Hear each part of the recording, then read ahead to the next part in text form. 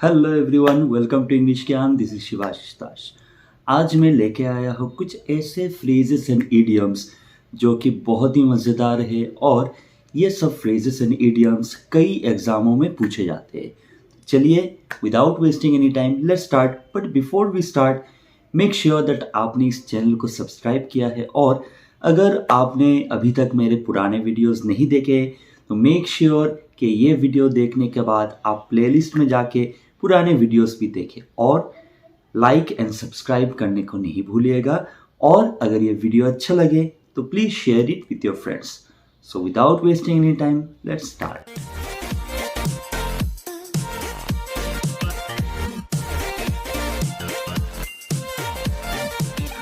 आज का जो पहला फ्रेज है वो है ब्रेक डाउन। ब्रेक डाउन के दो मतलब होते हैं। अगर कहीं कोई चीज़ खराब हो जाए तो हम कह सकते हैं कि वो ब्रेक डाउन हो गया। फॉर एग्जांपल, अगर मैं यहाँ से मार्केट जा रहा हूँ कार लेके, लेकिन चलते चलते मेरी गाड़ी अगर खराब हो जाए तो आई कैन से कि my car has broken down, मतलब मेरा कार अभी खराब हो गया है। इसका एक और भी मतलब हो सकता है कि अगर कोई रो पड़े, अगर कोई इमोशनल होके रो पड़े, तब भी हम लोग कहते हैं कि this person has broken down. अगर हमको कोई बुरी खबर मिले, अगर हमको सडनली शॉक मिले और अगर हम रो पड़े तो we can say I have broken down in tears. So इस ब्रेक डाउन का दो मतलब होता है, खराब हो जाना या फिर रो पड़ना। नेक्स्ट है to break the ice. To break the ice का मतलब समझने के लिए हम एक एग्जाम्पल ले सकते हैं।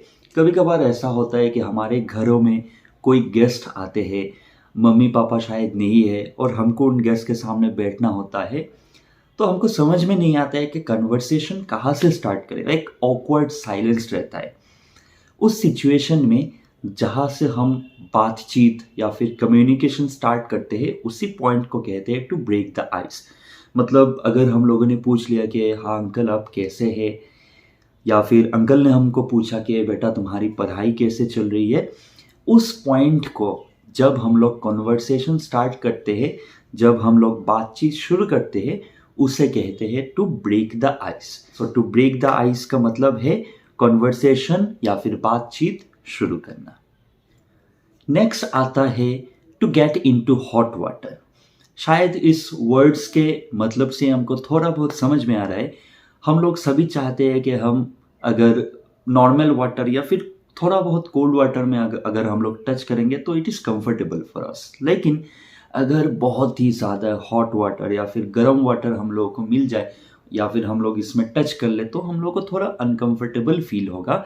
तो इस फ्रेज का यही मतलब है टू फील अनकंफर्टेबल।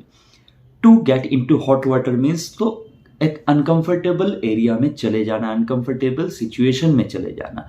सपोज अगर मैं आपको चाइना में भेज दूँ और कहूँ कि उस जगह के लोगों के साथ आप जाके कम्युनिकेट कीजिए, बातचीत कीजिए उनके लैंग्वेज में, सो वो आपके लिए बहुत ही एक अनकंफर्टेबल सिचुएशन होगा।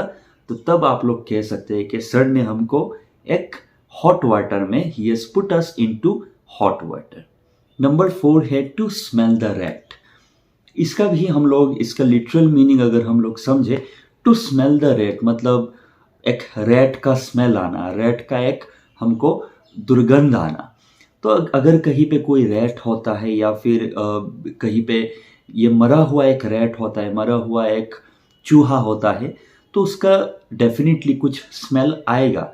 सिमिलरली अगर हमको कोई सिचुएशन हमको लगे नहीं भाई या तो कुछ गड़बड़ है, हमको कुछ ना कुछ क्लू मिलेगा, कुछ ना कुछ हमको हिंट मिलेगा और उसी सिचुएशन को और कुछ गड़बड़ महसूस करने को ही हम लोग कहते हैं to smell the rat.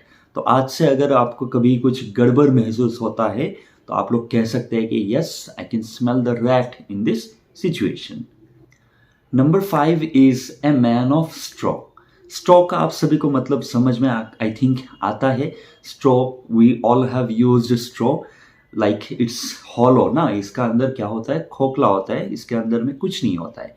Similarly a man of straw is such a person जिसका अंदर खोखला होता है, जो बेईमान इंसान होता है, जो कैरेक्टरलेस इंसान होता है, उसको हम लोग कहते हैं ए मैन ऑफ स्ट्रॉ। तो अगर आज से आपको कोई भी बेईमान इंसान मिले, कोई भी बुरा इंसान मिले, तो you can use this phrase to tell about him. You can say that he is a man of straw. Number 6 में आता है to be born with a silver spoon in the mouth. ये एक बहुत ही कॉमन फ्रेज है और इसके कई एग्जाम्पल हमारे सामने हैं. सिल्वर का जो स्पून होता है ये तो सभी को पता है, ये बहुत वैल्यूएबल होता है, लेकिन क्या कोई इंसान सच में मुंह में सिल्वर का स्पून लेके पैदा होगा? That is practically impossible. इसका ये मतलब होता है अगर किसी का जन्म बहुत ही वेल्दी फैमिली में, बहुत ही धनी परिवार में अगर उसका जन्म हुआ होता है तो हम लोग कहते हैं कि yes that person is born with a silver spoon. For example Ambani के बारे में हम लोग सभी को पता है, उन लोगों के शादियों में हजार करोड़ खर्च होते हैं, तो we can say that they are born with a silver spoon in their mouth. मतलब उनको सब कुछ फैसिलिटीज़ शुरू से ही प्रोवाइडेड होते हैं, उनको कुछ ज़्यादा मेहनत नहीं करना होता है, लेकिन यस मेहनत ज़रूर करते हैं, लेकिन बना बनाए उनको ज़्यादातर चीज़ें मिलते हैं. So when a person is born in a very wealthy family we can say that he or she is born with a silver spoon in his or her mouth. Number 7 पे आता है to put words in someone's mouth. अगर suppose मैं आप लोगों को पूछूं कि मैं कैसा दिख रहा हूँ, आप डेफिनेटली कुछ ना कुछ बोलेंगे कि हाँ सर आप अच्छे दिख रहे हैं, या फिर ज़्यादातर लोग ये भी कह सकते हैं सर आप बिल्कुल भी अच्छे नहीं दिख रहे. लेकिन अगर मैं आप लोगों को ऐसा कहूँ कि हाँ देखो मैं अच्छा लग रहा हूँ ना, I think I am looking very good today, मैं आप लोगों को ओपिनियन देने का मौका ही नहीं दे रहा हूँ, मैं अपना खुद का ओपिनियन आपके ऊपर ज़बरदस्ती थोप रहा हूँ. So that is called to put words into someone's mouth. के मैं अपने खुद का ओपिनियन किसी और के ऊपर अगर ज़बरदस्ती थोपता हूँ तो उसे कहते हैं to put words in someone's mouth. Next आता है बार्किंग डॉग्स सेल्डम बाइट. इसमें हिंदी में भी एक मुहावरा है, भौंकने वाले कुत्ते काटते नहीं. मतलब जो लोग बड़ी बड़ी बातें करते हैं, मैं ये कर लूँगा वो कर लूँगा, आ जाना वहाँ पे मैं तुझको मार दूँगा पीट दूँगा, ऐसे लोग सिर्फ बातों की होते, काम के कुछ नहीं होते हैं, ये सिर्फ कह सकते हैं. इसीलिए यहाँ पे कहा जा रहा है कि बार्किंग डॉग्स मतलब जो डॉग्स भौंकते हैं, सेल्डम बाइट वो काटते ही नहीं है. सो इस फ्रेज का मतलब यही है कि जो लोग कुछ ज़्यादा बात करते हैं, जो लोग कुछ एक्स्ट्रा बोलते हैं, वो कुछ काम के नहीं होते हैं. नंबर 9 पे है फिश आउट ऑफ वाटर. हमको पता है फिश सबसे ज़्यादा कंफर्टेबल वाटर में ही होती है. इनफैक्ट अगर उसको हम वाटर से निकालें तो वो मर जाती है ना, हमको पता ही है.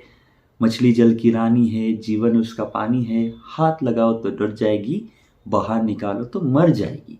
सो एग्जैक्टली इस फ्रेज का मतलब भी यही होता है कि फिश आउट ऑफ वाटर मतलब एक अनकंफर्टेबल सिचुएशन में रहना. अगर मैं एक फिश को वाटर से बाहर निकाल के बोलूँ बेटा चलो तुम आसमान में उड़ो, ये फिश तो impossible on that part of the fish to do that thing. So ये फिश ऐसा नहीं कर सकेगा, ये एक अनकंफर्टेबल सिचुएशन में पड़ जाएगा.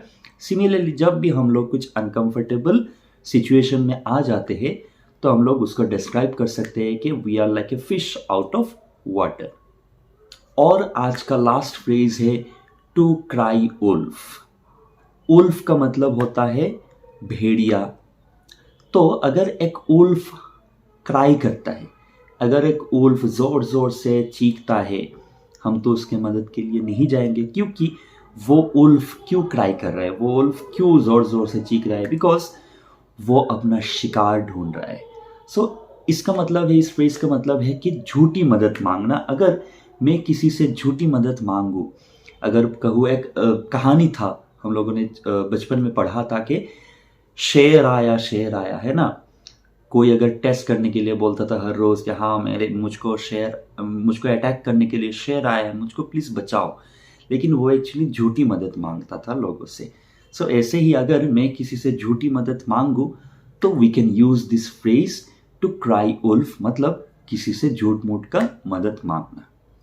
सो आई होप आप सभी को ये 10 फ्रेजेस एंड इडियम्स समझ में आए हैं. अगर आपको ऐसे ही फ्रेजेस एंड इडियम्स या फिर इंग्लिश के कुछ और इंटरेस्टिंग टॉपिक्स जानने हैं तो इस चैनल पे अपने आइज़ बना के रहिएगा, देखते रहिए इंग्लिश ज्ञान. Keep learning and keep sharing. Thank you.